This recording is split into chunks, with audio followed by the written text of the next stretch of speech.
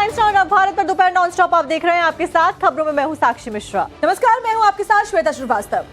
Bulletin में सबसे पहले बात करेंगे टाइम्स नाउ अब भारत की बड़ी मुहिम जो कि अशुद्धता के खिलाफ में हमने छेड़ी है। तो देश के कई राज्यों बाढ़ और बारिश से बेहाल है। बाढ़ के पानी में कई घाट डूबे हैं, लेकिन इसके अलावा आपको ये खबर तो बताएंगे डिटेल से।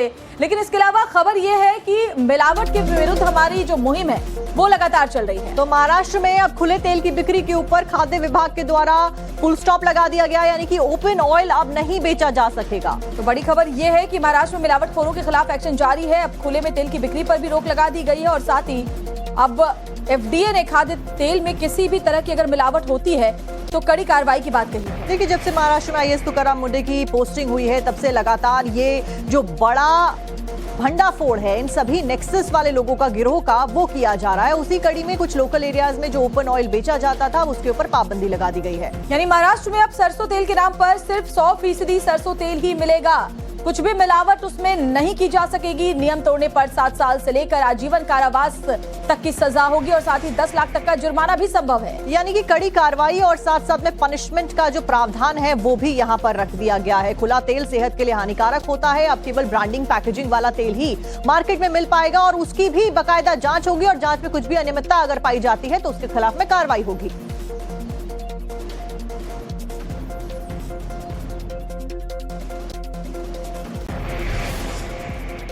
यानी कि महाराष्ट्र में अब दुकानदार बड़े डिब्बे, टंकी या फिर कंटेनर से तेल निकालकर ग्राहक को उसकी जरूरत के हिसाब से नहीं दे पाएंगे। यानी अब आधा लीटर 1 लीटर यानी जितना तेल ग्राहक मांगे उतना खुले में निकालकर बेचने का जो तरीका है वो बंद होगा। सरकार ने खुले खाद्य तेल की बिक्री के ऊपर पूरी तरीके से रोक लगा दी है। महाराष्ट्र में खुले में अब तेल नहीं बिकेगा और अगर बिका तो उसके खिलाफ कार्रवाई होगी। महाराष्ट्र में अब तेल की बिक्री पर रोक लगी है। इस तरीके से खुले में बेचने पर FDA ने खाद्य तेल मिलावट पर सख्ती दिखाई है। चलिए आपको बताते हैं कि क्या क्या एक्शन लिया जा रहा है। खुले में तेल नहीं बेचा जा सकेगा। FDA ने खाद्य तेल में मिलावट पर ये सख्ती दिखाई है और अगर किसी ने नियमों का उल्लंघन किया तो उसके खिलाफ में सख्त कार्रवाई के निर्देश भी जारी कर दिए गए हैं। इसके अलावा सरसों के नाम पर सिर्फ 100% सरसों तेल ही बेचा जा सकेगा। उसमें कोई भी मिलावट की गुंजाइश नहीं। आप सोचिए कि अगर कोई मिलावटी तेल या खुले में तेल बेचता है तो उसको 7 साल की जेल हो सकती है, उम्र कैद तक हो सकती है और उसके साथ साथ में 10 लाख रुपए तक का जुर्माना भरना पड़ सकता है। तेल के उत्पादन से लेकर पैकेजिंग, स्टोरेज और ट्रांसपोर्टिंग तक जो सख्ती है, पूरा चेन है वो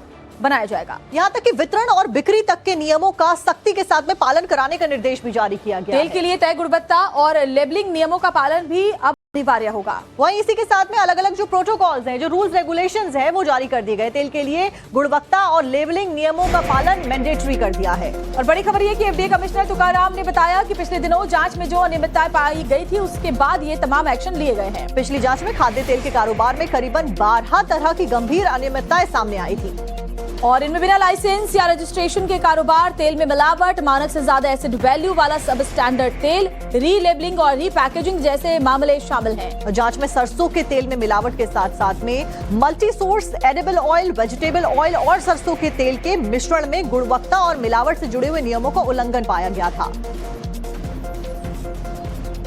Unauthorized blending of mustard oil has also been recovered. Relabeling to hide the true source and date of oil has been found. Repackaging near expiry oil also been found, and use of non-food grade packaging material has also been found.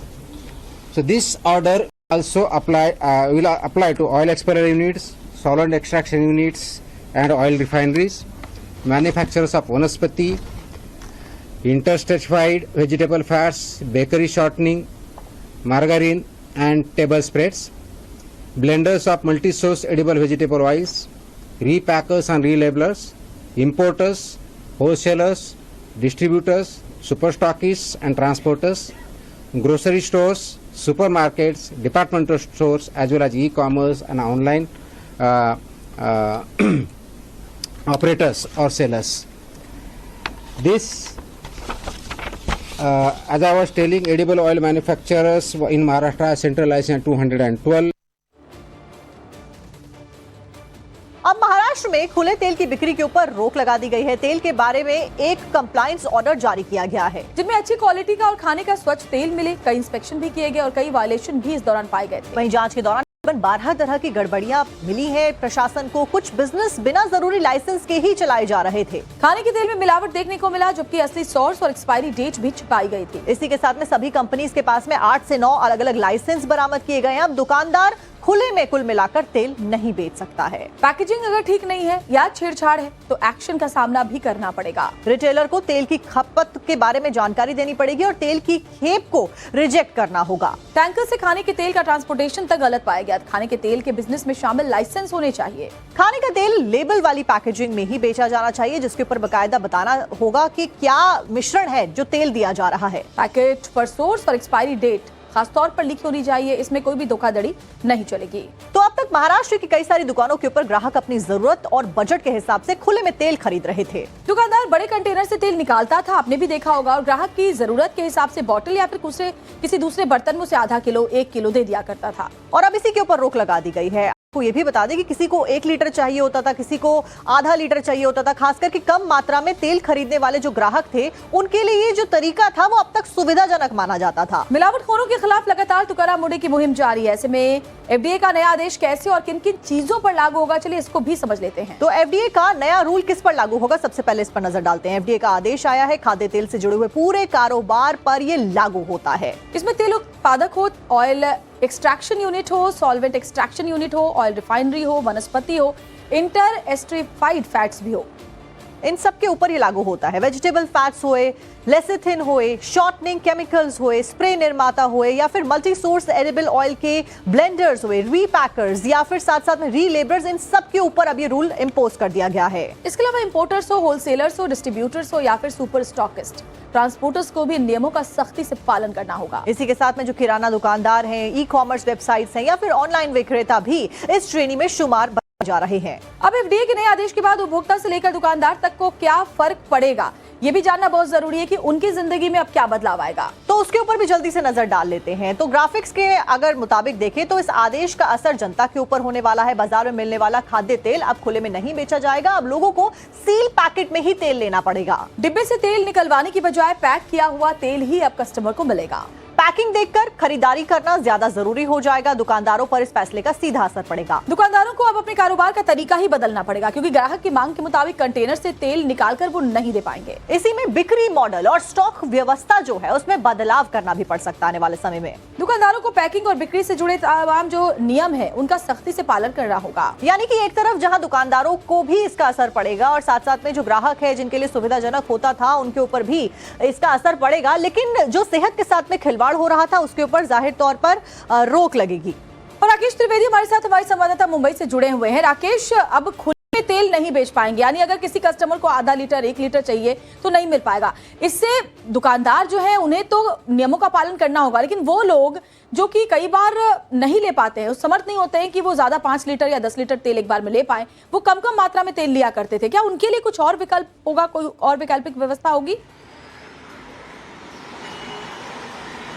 देखिए, मुंबई में एक तबका है जो मजदूर वर्ग है, जो गरीब बैकग्राउंड से आता है, उन्हें जो है छूटा तेल जो सस्ता मिलता था, आसानी से मिलता था, वो तो नहीं मिलेगा। लेकिन आपको ये बात भी ध्यान देनी पड़ेगी कि मुंबई में जो फास्ट फूड की जो इंडस्ट्री है, जो स्ट्रीट फूड इंडस्ट्री है, वहां पर यही खुला तेल इस्तेमाल होता है। और ऐसे में ये पाबंदी लगाने से जो अपर क्लास, मिडिल क्लास, हर कोई चाहे किसी भी क्लास का हो, जो रास्ते पे स्ट्रीट फूड का यहाँ पे स्वाद चखता है, उसको जो है एक शुद्धता की, क्वालिटी की, गुणवत्ता की जो एक थोड़ी सी गारंटी मिल पाएगी। अब आपको जो इसी तरीके के जो पैक्ड, जो ब्रांडेड होंगे या पैक्ड होंगे जो तेल होंगे, आप वही आप खरीद पाएंगे, जिसपे आप एक्सपायरी प्रोडक्ट देख पाएंगे, मैन्युफैक्चरिंग जो है वो आप देख पाएंगे, आप उसकी क्वालिटी देख पाएंगे, कितने क्या क्या उसके इंग्रेडिएंट्स आप वो देख पाएंगे। जबकि खुला तेल जो है वो बैन हो जाएगा। अभी हम जब गैलरी चेक करने के लिए निकले तो कई सारी दुकानों में अभी भी जो है खुला तेल बड़ी आसानी से मिल रहा है। हालांकि दुकानदारों का कहना है कि उनके पास 15 दिन का टाइम दिया गया है क्योंकि वो अपनी जो स्टॉक है उसको खाली कर सके, लेकिन एफडीए अधिकारियों ने ये साफ कर दिया कि ऐसा कोई टाइम नहीं दिया गया है। इमीडिएट इफेक्ट से जो है खुला तेल बेचने पर जो है पाबंदी लगी हुई है। ऐसे में ऑर्डर में एक और बड़ी बात लिखी गई है कि जिसकी जो पूरी जिम्मेदारी है वो मैन्युफैक्चरर्स और डिस्ट्रीब्यूटर्स की होगी, लेकिन रिटेलर्स की और होलसेलर की जिम्मेदारी है कि अगर उन्हें कोई खुला तेल अगर सप्लाई कर रहा है तो इसके बारे में उन्हें एफडीए को जानकारी देनी पड़ेगी उस मैन्युफैक्चरर के बारे में। तो कुल मिलाकर के जो पूरी सप्लाई चेन है उसे तोड़ने का काम एफडीए अधिकारियों ने यानी कि राकेश, कुल मिलाकर अगर देखा जाए तो लोगों के साथ में यानी कि ग्राहकों को और दुकानदारों को आने वाले समय में कुछ दिक्कतें तो जरूर होंगी, क्योंकि जो सुविधाजनक तरीके से तेल मिलता था वो अब नहीं मिल पाएगा। लेकिन जाहिर तौर पर तुकाराम मुंडे की इस मुहिम के बाद में सेहत के साथ में जो बड़े स्तर पर खिलवाड़ किया जा रहा था वो अब नहीं हो पाएगा। शुक्रिया राकेश आपका जानकारी देने के लिए।